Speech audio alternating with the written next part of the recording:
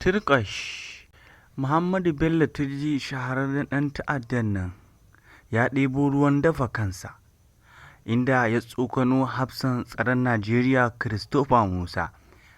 da kuma Matawallan Magadin ƙaramin ministan tsaro kenan.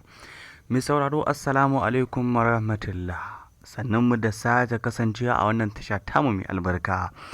Mai sauraro muna roƙonka da idan cewa wannan shine zuwan ka tashar nan tamu na farko mai albarka, ka daure ka danna mana alamar subscribe, sannan ka danna mana alamar ƙararrawar sanarwa, domin da zarar mun ɗora labarai ka same su da tumutumin su.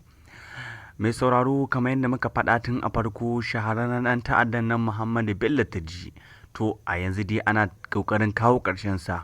inda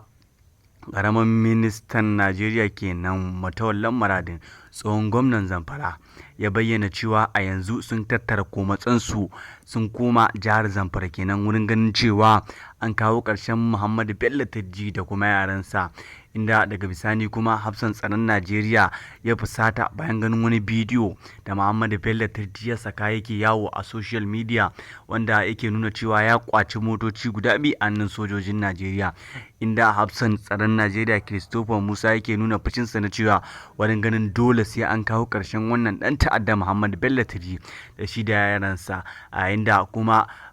hafsan tsaron Najeriya dai ya ƙara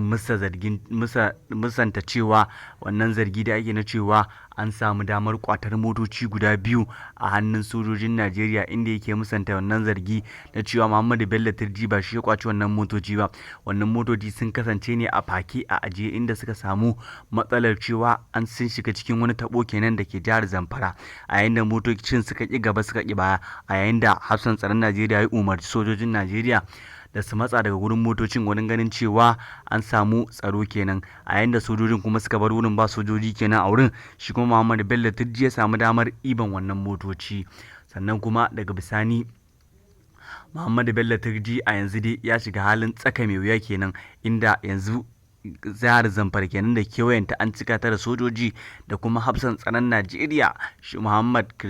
Christopher Musa kenan da kuma Matawallan Magadin, tsohon gwamnan Zamfara. Mai saurari ka danna mana alamar subscribe, sannan ka faɗa mana ra'ayinka a ƙarƙashin wannan bidiyo kenan. Daga bisani sai ka faɗa mana ra'ayinka game da wannan labari da muka kawo maka. Muna godiya.